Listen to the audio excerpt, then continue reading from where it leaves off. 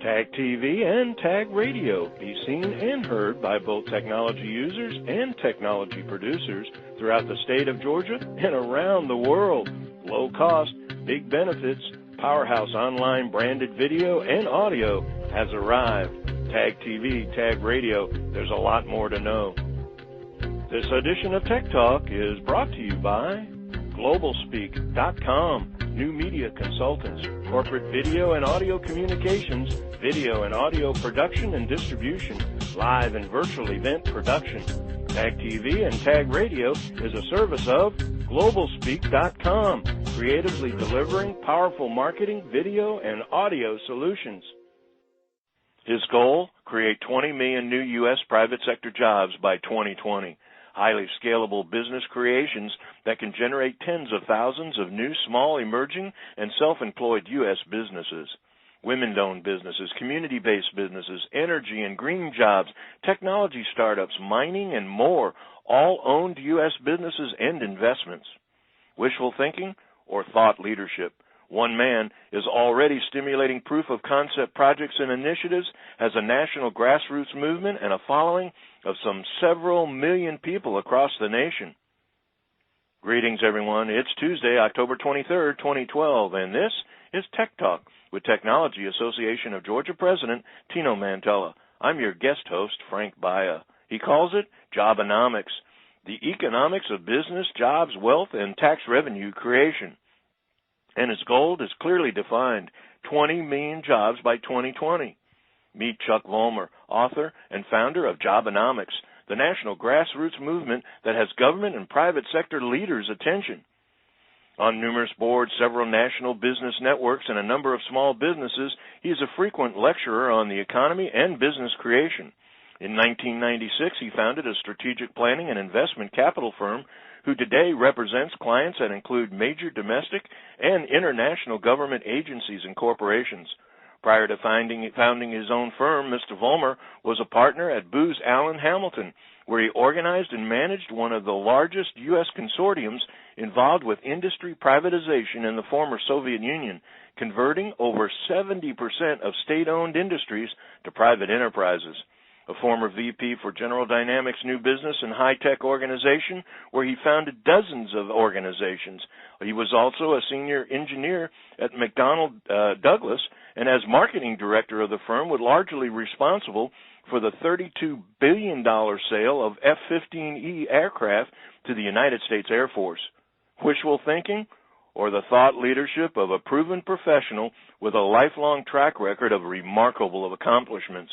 Jobenomics, 20 million by 2020, as the Tech Talk looks into the future of job creation and economic recovery in the United States, with author and founder of Jobenomics, Chuck Vollmer.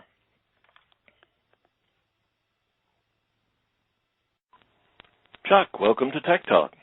Well, Frank, nice having you on the having me on the program. One of the questions that I think everybody's going to be asking is just exactly what is Jobenomics? Well, Jobenomics is based on a book I wrote a year or so ago. It deals with the economics of business, job, wealth, and tax revenue creation. None of those are hot topics at all. I'm sure every one of those subjects I think is what everybody's talking about just about every day. We spent a lot of time talking to the political establishment, radio and TV, and at the end of the day, we decided that everybody is from Missouri, the show me state, and so we decided to create a number of proof of principle concepts, and we have essentially a national grassroots movement now with 2 million people, and we've got about 7 highly scalable business generation projects underway. Wow. So it starts with a concept, the premise that was on your mind, leads to a book, and leads to a grassroots movement? That's correct. So maybe get us in a little bit, as they say, granular, explain the whole Jobenomics view of the current, say, economic recovery and the predictions that are involved in that.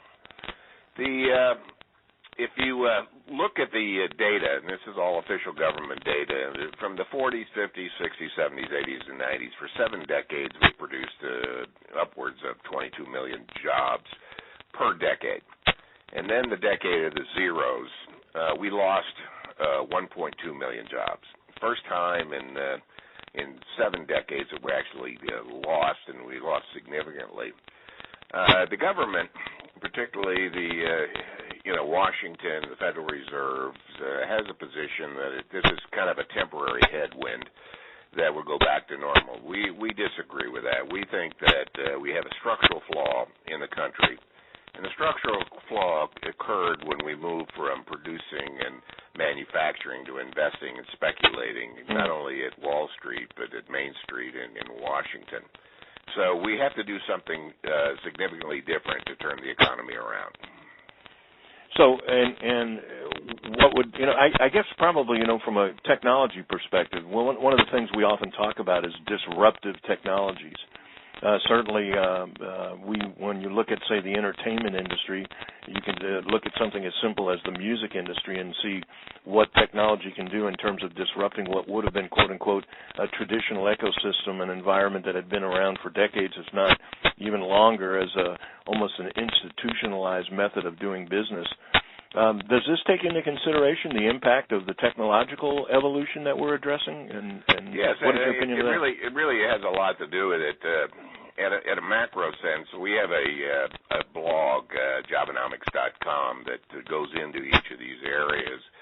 And we really have, in the U.S., we have 3 employment sectors. We have the government sector, we have the services sector, service-producing industries, and we have the goods-producing industry, and we do analysis on all 3 of those. Right now, government has lost about 500,000 jobs in the last decade, and we don't think they'll continue to lose jobs because of the debts and the deficits. So we don't see the government is going to produce jobs. We also don't think that the goods-producing industry is really going to come back in the near term, and that's mainly construction and manufacturing. And we can talk a little bit more about that. But the technology that is out there, especially the broadband technology, monetizing the Internet, we've got some very high growth areas, and these are in the services sector. We see professional and business services, education, hospitality, entertainment, those types of activities which are going to produce the jobs in the future. One of the things I think all of us are concerned legitimately, and that's the current unemployment situation. And again, from this amateur's perspective, dealing with the reality that we address here in Atlanta almost every day, the evolution or the concept of the evolution that maybe it isn't so much about jobs anymore, it's about work. Maybe it's a case where what the future holds is, and I'm not to put so much emphasis on the entertainment business, but I think to draw a quick analogy would be to say, much like independent producers or independent talent or independent videographers go out and contract for work. Is that something that you see as far as something in the future is concerned when you're talking about? Yeah, well, I think that the way we look at it, we don't think the government doesn't produce jobs. Right. They can make work and that type of thing. And so you can look at the private sector. Large business haven't produced one net new job in the last 3 decades, and they're not likely to because of the globalization that's happening, our wage structure, the regulations, and the Fortune 500 spend half of their money on secondary trading in their markets. They're not recapitalizing until the situation stabilizes.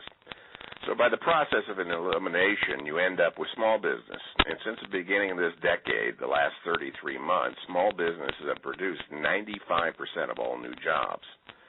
So what we look at is really the small business. We're looking at not only small businesses, self-employed business, and emerging businesses. And we think that's where the real strength is going to be. Now, the other side of it is that innovation, the whole concept. I had a friend of mine we were talking about the other day, and we said that innovation was kind of getting to be an overused word. And he said, no, innovation would never be overused. It's like pizza. There's only one kind of pizza. You can use the word, but that's the only way you're going to describe exactly what it is. Innovation seems to be on steroids as far as incubators and startup organizations and that kind of thing. Is there a point where you've reached a level that maybe there's a dilution factor, or is it something that just innovation, just by its pure definition, just continues to recreate? We believe absolutely in innovation and entrepreneurialism, and that's what this country is really blessed with. we're only producing jobs at half the rate that we need to, and a lot of it is artificially inflated because the government has put in $14 trillion worth of bailouts, buyouts, and incentives, stimuli over the last couple of years, but nonetheless innovation. So if you take small business, innovation, and entrepreneurialism, where real strength is, Jobenomics focuses on really three demographics. Number one is the Gen Yers. And we have a couple of programs, MetroCore program. And essentially is to capitalize on monetizing the Internet. Right now, the social networks are kind of a curiosity, but they really don't produce as far as revenue or building jobs. But you do look at things like eBay and so if we can really turn loose the Gen Y, the 20-year-old types of people that can innovate and figure out how to monetize the social networks, and what they need is some form of broadband, cloud computing, secure, and with a financial services background, and we have a number of experts that are working on that particular demographic. The second demographic we believe that is really going to be this, and we believe this is a decade of women-owned businesses. We just launched an initiative in California, the Jobenomics California Women-Owned Business Initiative, to create 1 million new women-owned businesses in California by 2020. And the reason we say women, this is a decade of the women, first of all, there are more women out there that are available for the workforce. There are more highly educated women per capita now. They get more PhDs in stream. And plus, the need has never been greater. And most of the business opportunities in the services business is about 72% women, whereas most of the maternal businesses or the paternal businesses like construction and manufacturing, are not coming back in the near term. So we believe this is a decade to mobilize the women-owned businesses. And they're really interested largely in smaller business, self-employed business, home-based businesses, more networking kind of businesses. So we think we could double the number just in California, 1 million new businesses, to get to our goal of 20 million new private sector jobs by 2020. The third area that we're looking at is the inner cities. And we have efforts going in about a dozen cities now. We have Jobenomics Harlem, New York City, Jobenomics Detroit. We're looking at Jobenomics Atlanta. And what that is all about is how do we create business generators that mass-produce businesses. Like, for example, Atlanta, we're hoping to produce 1,000 new businesses a year. Okay, so what I think is I opened up with a comment that so many of the issues that you're addressing are things that are extremely hot topics with a lot of people that have not only concern, but I think legitimately they've got passion and want to participate. How do they get involved? Well, we can take one of three, but let's talk about I think the one that is the one that's garnishing most support is the inner city initiatives. And the inner cities are largely minority oriented. There's the feeling that a lot of those people that are in the inner cities, minorities, are more interested in handouts than hand-ups. And it's our experience that at least a quarter of the population is looking to get to hand up. They want to get on the other side of the cash register. As opposed to, being a consumer, they want to create their own businesses. So, for example, we have a thing called community-based business generators. Most cities have incubators, which tend to be onesie, twosie, looking for kind of the next silver bullet, high-tech silver bullet. We tend to emphasize, we like incubators, but we emphasize the business generators. To give you an example, in Harlem, what we did is we set up an institute for leadership, a Jobenomics Institute for Leadership, and we're connected into 250 nonprofit organizations.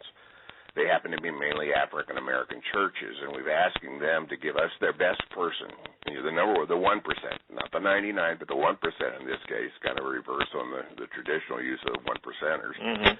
We put them in our institute. We give them a number of tests. You can go on our website, Jobenomics.com, and take a self-evaluation survey. Are you ready to start a business?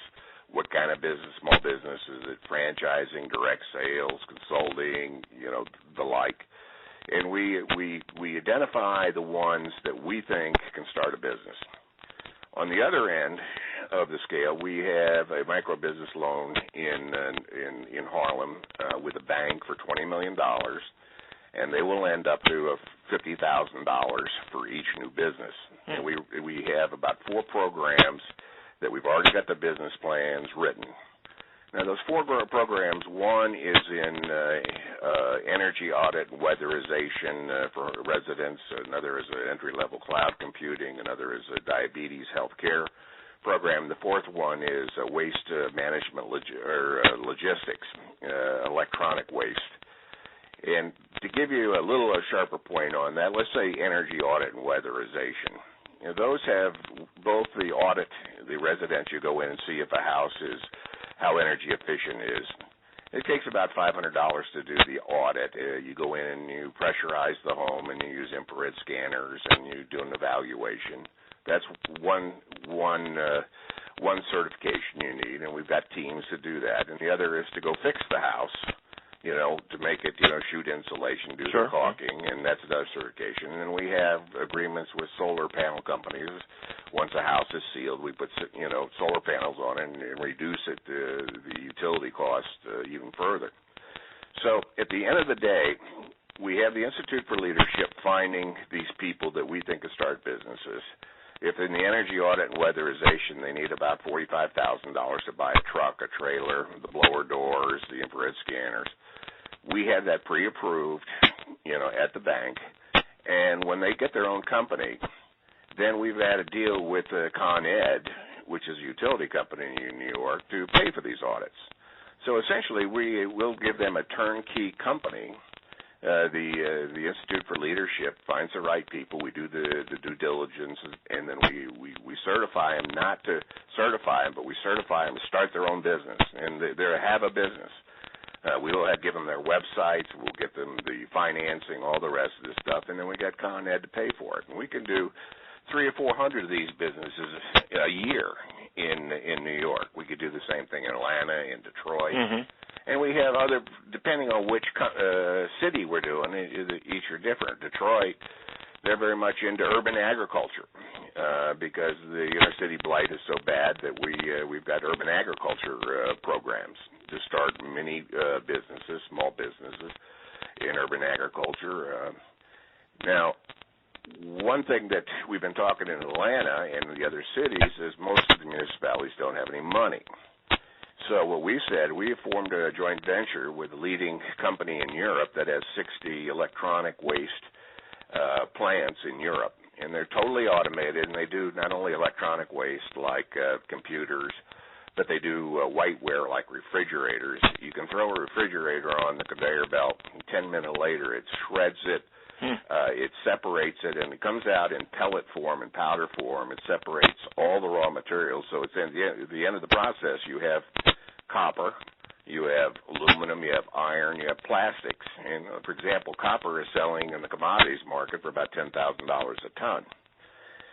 So if we put a plant in, it takes about $30 million to put a plant in. It'll pay for itself in about a year. And if we set the plant up, we pledge that we'll set up a benefit corporation, take 10% of the profits, this is $3 million a year, and fund the community-based business generator. If the municipality wants to own it, they can have 100% of the profit. We will give them a turnkey situation, and we're telling the mayors that you give us the electronic waste, which is worth tens of millions of dollars a month that they typically give to garbage companies or haulers, and that take it away. So we can give you a process that you can process locally, and you can keep it. You'll either get $3 million to $30 million a year that you can use in your business generation projects. Well, Chuck, it's one of those things that sounds just too good to be true, but it's so logical and understandable the way that you're talking and the approach that you're taking. No wonder that you're spreading around the country as rapidly as you are. I'm going to guess that based on your busy schedule, taking a few minutes to explain it to us today, out of your busy schedule, I want to say thank you so much. Thank you for what you're doing. Thank you for the concepts and the ideas, and thank you for joining us today on Tech Talk. Well, Frank, thank you for letting me be on your program. This is well worth my time and effort to talk to you, and I thank you. And I wish the people of Georgia, a prosperity, and love to work with you guys.